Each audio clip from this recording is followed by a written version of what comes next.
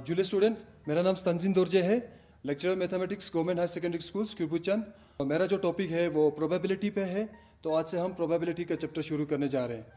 तो प्रोबेबिलिटी जो एनसीईआरटी का डिफिनीशन है, measure of uncertainty of event in a random experiment. अब ये जो अनसर्टेनिटी है, ये it tells us about possibility, P-O-S-S-I-P, possibility of events, it tells us about possibility of an event. अब देखिए, मैं ये एक डायग्राम के थ्रू आपको समझाता हूँ। सपोज मैंने एक कॉइन को टॉस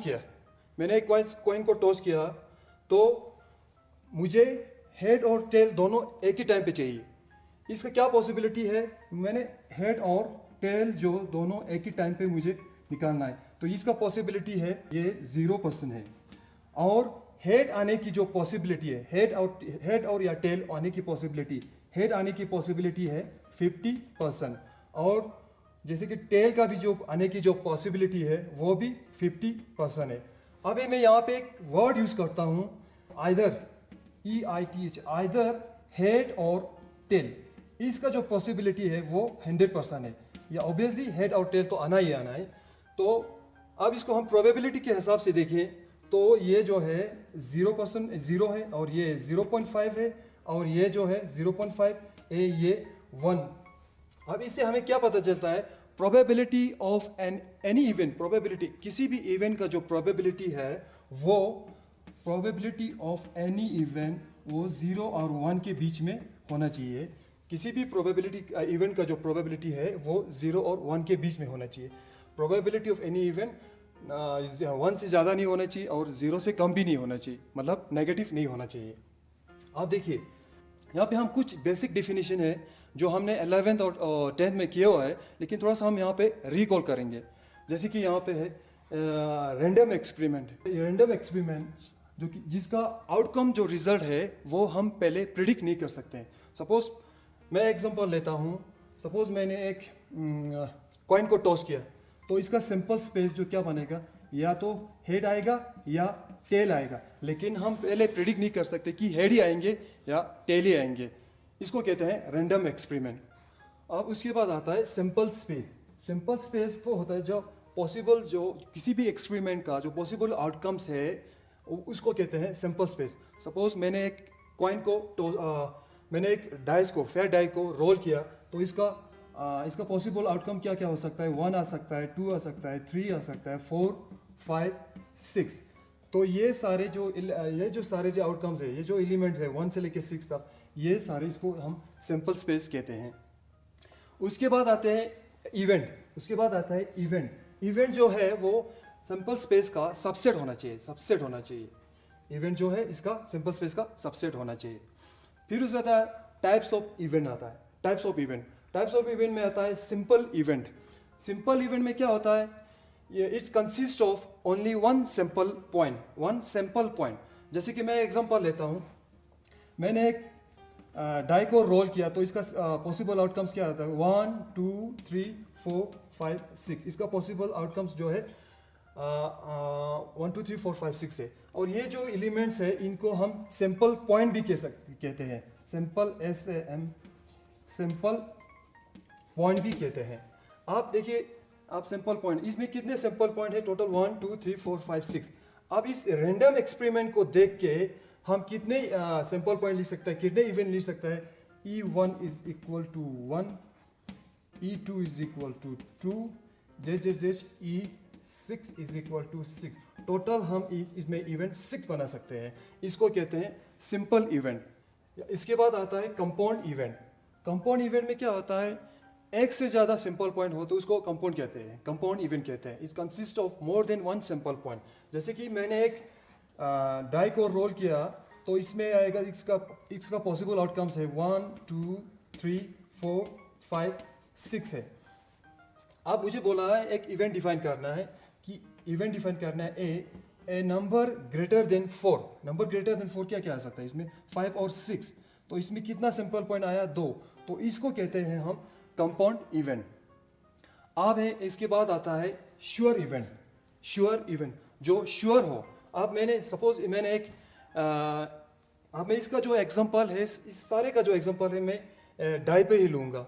सपोज मैंने एक डाई को रोल किया तो मेरा सिंपल पॉसिबल आउटकम्स आ रहा है 1 2 3 4 5 6। अब मुझे बोला है एक इवेंट डिफाइन करना है A number less than 4। Number less than 4 क्या क्या है, 1 2 3, ये तो श्योर है, इसको कहते हैं हम श्योर इवेंट। उसके बाद आता है इम्पॉसिबल इवेंट। इम्पॉसिबल इवेंट जो इम्पॉसिबल हो। अब मैंने एक डाई को फेयर डाई को रोल किया तो मेरा सिंपल स्पेस बनेगा 1 2 3 4 5 6। अब मुझे बोला है find the number greater then 6।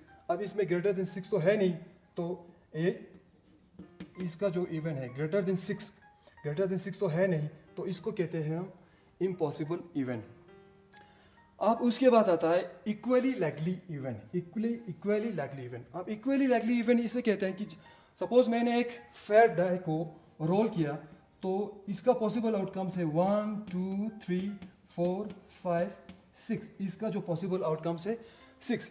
ये जो सारे नंबर 1 से लेके 6 तक आने की जो पॉसिबिलिटी है ये इक्वल है। आप देखिए सपोज मैंने एक फेयर डाई लिया, उसमें 6 फेस होता है फेयर डाई में। 6 फेस में से मैंने तीन फेस पे 1 1 1 लिखा, बाकी जो बच्चे 3 फेस पे मैंने 2 3 4 लिखा। अब उसको फिर मैंने रोल किया तो इसका सिंपल स्पेस क्या बनेगा, इसका सिंपल स्पेस बनेगा 1 2 3 4 ही बनेगा। आप देखिए इसका जो आने की चांसेस है, ये जो नंबर 1 से लेके 4 तक आने की चांसेस है ये इक्वल नहीं रहेगा, क्योंकि फेस में डाइस की 3 फेस पे हमने 1 लिखा है, 1 लिखा है, तो 1 आने की चांसेस जो है वो ज़्यादा होता है, इसलिए ये इक्वल नहीं होता है। उसके बाद आता है complement of in event. Complement of an event हम डिनोट करते हैं ए डैश और या मैं नहीं तो ए बार यानी तो ए स्टार। अब इसको डिनोट करते हैं हम complement of set is equal to S minus S. Simple space, S जो है सिंपल स्पेस में से जो इवेंट्स है उसको हमने निकालना है, उसको हटाना है, बाकी जो बचा है वो कंप्लीमेंट्स ऑफ सेट, कंप्लीमेंट्स ऑफ इवेंट। ए के जो कंप्लीमेंट्स है उसका जो एलिमेंट बच जाता है। सपोज मैं एक एग्जांपल लेता हूँ, यहाँ पे मैं एक डाइस को रोल किया तो इसका आउटकम्स जो पॉसिबल आउटकम्स है 1 2 3 4 5 6। अब यहाँ पे मैं एक इवेंट डिफाइन करता हूँ ए में मैं इवन नंबर लिखता हूँ 2 4 6। अब मुझे ए का कंप्लीमेंट निकालना है तो A dash is equal to S minus A. S में से ए के जो एलिमेंट उसको हटाना है, तो बाकी जो बचता है वो है 1 3 5। ये है कंप्लीमेंट ऑफ ए, कंप्लीमेंट्स ऑफ ए। अगर यहाँ पे एक स्पेशलिटी है, ए कंप्लीमेंट ऑफ सेट ए और एक इवेंट ए, अगर इसका हम यूनियन करें तो हमें मिलता है सिंपल स्पेस। अब हमने अभी तक हमने ये कंप्लीमेंट्स ऑफ इवेंट तक किया है। अब नेक्स्ट जो डिफिनीशन है वो इंडिपेंडेंट और डिपेंडेंट इवेंट है। अब इसको मैं एक एग्जांपल के थ्रू आपको समझाता हूँ। सपोज मेरे पास 2 बैग है, इसमें 2 रेड बॉल, दोनों में 2 रेड बॉल और 2 वाइट बॉल है, 2 वाइट बॉल। अब बैग 1 और ये बैग 1 और ये बैग 2। अब मुझे बोला है इस फर्स्ट वाले बैग में find the probability of getting a red ball. मुझे रेड बॉल की प्रोबेबिलिटी निकालनी है। तो प्रोबेबिलिटी, किसी भी इवेंट का प्रोबेबिलिटी निकालने का जो फार्मूला है वो मैंने यहाँ पे लिखा है। Probability of event is total number of favourable case जो हमारे फेवर में हो divided by total number of possible outcome, जो पॉसिबल आउटकम्स है वो लिखना है। अब यहाँ पे क्या है, मुझे रेड बॉल की प्रोबेबिलिटी निकालना है। प्रोबेबिलिटी ऑफ रेड बॉल, इसमें कितने बॉल है, इसमें 2 बॉल है। टोटल पॉसिबल आउटकम्स कितने हैं इसमें, 4। इसका जो प्रोबेबिलिटी ऑफ रेड बॉल की प्रोबेबिलिटी है 2/4। अब जो मैंने एक बॉल जो मैंने पहले पिक किया था उसको फिर इसी बैग में रिप्लेस करना है, फिर मुझे रेड बॉल की प्रोबेबिलिटी निकालनी है। Probability of red ball, obviously इसका आंसर सेम ही आएगा 4। तो इस टाइप के इवेंट को हम इंडिपेंडेंट इवेंट कहते हैं। अब देखिए इस नेक्स्ट बैग में इसमें भी रेड बॉल की प्रोबेबिलिटी निकालना है। मैंने एक बॉल को पिक किया, रेंडमली मैंने एक बॉल को पिक किया तो इसका प्रोबेबिलिटी ऑफ रेड बॉल है 2/4। आप जो मैंने बॉल पिक किया था उसको रिप्लेस नहीं करना है, उसको साइड पे रख के फिर से एक बॉल निकाल के उसका रेड बॉल की प्रोबेबिलिटी निकालनी है। तो आएगा probability of red ball is 1/3। तो इसमें जो इसका जो आंसर है वो अलग अलग आया। तो इस टाइप की प्रोबेबिलिटी, इस टाइप के इवेंट्स को डिपेंडेंट कहते हैं और इस टाइप के इंडिपेंडेंट कहते हैं। अब नेक्स्ट आ रहा है हमारा mutually exclusive event. Mutually exclusive event ये है दो इवेंट के बीच में एलिमेंट जो है वो कॉमन नहीं होना चाहिए। सपोज मैं एक डाई को मैंने रोल किया तो इसका सिंपल स्पेस बनेगा 1 2 3 4 5 6। अब यहाँ पे मैं दो इवेंट डिफाइन करता हूँ। ए में मैं इवन नंबर लिखता हूँ 2 4 6 और बी में मैं ऑड नंबर लिखता हूँ 1 3 5। अब हमें इन दोनों का इंटरसेक्शन निकालना है, इन दोनों का इंटरसेक्शन निकालना है। ए इंटरसेक्शन बी, इन दोनों में कॉमन क्या है? इसमें कॉमन है नहीं तो फर्स्ट है। तो इस टाइप के इवेंट को हम म्यूचुअली एक्सक्लूसिव इवेंट कहते हैं।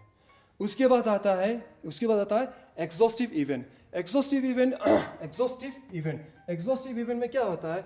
बहुत सारे जो इवेंट्स को यूनियन बना के मिला के अगर सिंपल स्पेस बन जाता है तो इसको कहते हैं हम एग्जॉस्टिव इवेंट। सपोज मैंने एक फेयर डाई को रोल किया तो इसमें जो पॉसिबल आउटकम्स है 1 2 3 4 5 6। अब मैं यहाँ पे दो इवेंट डिफाइन करता हूँ। इसमें इवन नंबर 2 4 6 और इसमें ऑड नंबर में इवेंट डिफाइन करता हूँ 1 3 5। अब इन दोनों का यूनियन करके अगर मुझे सिंपल स्पेस मिल जाता है तो इसको कहते हैं exhaustive event. A union B को यूनियन करके अगर एस मिल जाता है, सिंपल स्पेस मिल जाता है, तो जैसे कि इन दोनों को यूनियन करें तो 1 2 3 4 5 6, तो ए और बी को हम कहते हैं एग्जॉस्टिव इवेंट। अब जो हमारा जो मेन टॉपिक है वो है conditional probability. Conditional probability is a probability of the event E is called the conditional probability of E. Given that F has already occurred, it is denoted by PE by F is equal to PE intersection F divided by P of F. P of F is not equal to 0, और या नहीं तो PF by E is equal to PE intersection F divided by P of E. अब ये है probability of event. किसी भी event को ई को हम कंडीशनल प्रोबेबिलिटी बोल सकते हो जबकि हमें पता है कि दूसरा इवेंट जो एफ है वो पहले हो चुका है। अब इसको हम कैसे डिनोट करते हैं? P E by F. इसको हम कैसे रीड करते हैं? Probability of E when F is given, probability of E when F is given is equal to probability of E intersection F divided by probability of F, या नहीं तो probability of f by e is equal to probability of e intersection f divided by probability of e. अब यहाँ पे कुछ चीज़ें आप याद रखना है। डिनोमिनेटर में f होगा तो यहाँ पे भी f होना चाहिए, डिनोमिनेटर में e होगा तो यहाँ पे भी e होना चाहिए। अब इसके बेस पे हम एक एग्जांपल करते हैं। अभी जो कंडीशनल प्रोबेबिलिटी में क्या होता है, दो इवेंट होता है, उसमें से एक जो है हमें फाइंड करना होता है, एक जो है वो गिवन होता है। अब इसके बेस पे मैंने एक एग्जांपल लिया है। एग्जांपल में क्या है? A family has two children. What is the conditional probability that both the children are boys? अब इसमें क्या रहा है? फैमिली में दो बच्चे हैं, हमें कंडीशनल प्रोबेबिलिटी निकालनी है दो लड़कों की। Conditional probability of that both the children are boys. अब इसमें एक गिवन है कि at least one of them is boy. सबसे पहले तो हमें इसका सिंपल स्पेस बनाना होगा। इसमें जो दो बच्चे हैं वो दोनों लड़का हो सकता है, बॉयज, या नहीं तो फर्स्ट वाला बॉयज सेकेंड गर्ल, नहीं तो फर्स्ट वाला गर्ल सेकेंड बॉयज, या दोनों गर्ल्स हो सकती है। अब इसमें जो हमें कंडीशनल प्रोबेबिलिटी निकालनी है both the children are boys. अब यहाँ पे एक इवेंट डिफाइन करेंगे, हम इवेंट ए डिफाइन करेंगे कि क्या रहे, कंडीशनल प्रोबेबिलिटी निकालनी है कि बोथ आर बॉयज, दोनों लड़के होना चाहिए। ये कंडीशनल प्रोबेबिलिटी हमने निकालनी है। अब गिवन है यहाँ पे, और एक डिफाइन करना है, मैंने एक इवेंट डिफाइन करना है B. Given that at least one of them is boy, कम से कम इसमें से एक जो है वो लड़का होना चाहिए। एक से ज्यादा हो चलेगा लेकिन कम नहीं होना चाहिए। ये इसमें क्या क्या आ रहा है? ये आ रहा है, एक तो दो बॉय आने से भी चलेगा, यहाँ पे भी ये आ रहा है बी जी ये भी आ रहा है GB। अब हमें कंडीशनल प्रोबेबिलिटी निकालना है इसकी। अब कंडीशनल प्रोबेबिलिटी क्या है? Probability of A by B is equal to probability of A when B is given is equal to probability of A intersection B divided by probability of B। अब हमें इसका probability निकालना है और इसका भी प्रोबेबिलिटी। पहले इन दोनों के हम इंटरसेक्शन निकालते हैं। A इंटरसेक्शन B, इनमें क्या कॉमन है? Boys boys boys boys. अब इसका प्रोबेबिलिटी जो है, probability of A intersection B is equal to 1 divided by total number of possible outcomes क्या है इसमें? 4।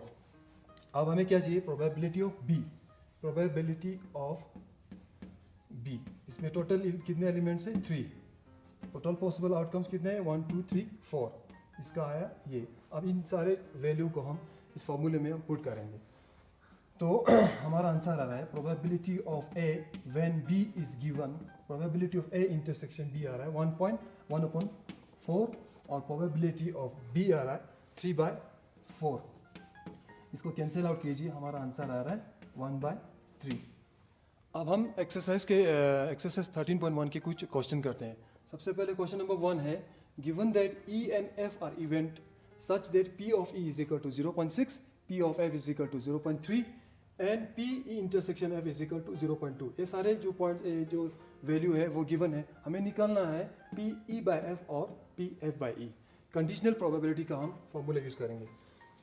तो कंडीशनल प्रोबेबिलिटी का जो फॉर्मूला है, probability of E when F is given is equal to probability of E intersection F divided by probability of F। अब probability of E intersection F का value यहाँ पे गिवन है, वो पुट कीजिए 0.2। probability of F का जो value है वो यहाँ पे गिवन है 0.3। इन दोनों को कैंसिल आउट कीजिए, हमारा आंसर आ रहा है 2.3। ये जो है हमारा फर्स्ट पार्ट का जो है हमारा आंसर है। अब सेकेंड में निकालना है probability of F divided by E। F divided by E इसका फॉर्मूला है probability of E intersection F divided by probability of E। E intersection F का वैल्यू गिवन है यहाँ पे 0.2 और प्रोबेबिलिटी ऑफ E का है 0.6। तो इसका आंसर आ रहा है 2 कैंसिल आउट कीजिए 1/3। ये जो है इसका आंसर। अब नेक्स्ट क्वेश्चन है very similar to question number 1। Question number 1 के सिमिलर है। इसमें है हमें कंप्यूट करना है probability of A when B is given. यहाँ पे गिवन है if P probability of B is equal to 0.5 and probability of A intersection B is equal to 0.32। तो यहाँ पे हम कंडीशनल प्रोबेबिलिटी का फॉर्मूला यूज करेंगे। Probability of A when B is given is equal to probability of A intersection B divided by probability of B। तो probability of A intersection B का value given है 0.32 और probability of B का है 0.55। और अब इसको सिंप्लीफाई अपने हिसाब से कीजिए। यहाँ पे जैसे कि 32 0 डिवाइडेड बाय 500, 0 0 और कैंसिल कीजिए, 2 1 2 2 6 12 2 2 4 5 10। ये जो है हमारा आंसर है। अब बच्चों आज के लिए इतना ही काफ़ी है। बाकी जो रिमेनिंग एक्सरसाइज है और ये हम नेक्स्ट एपिसोड में करेंगे। तब तक के लिए जुड़े।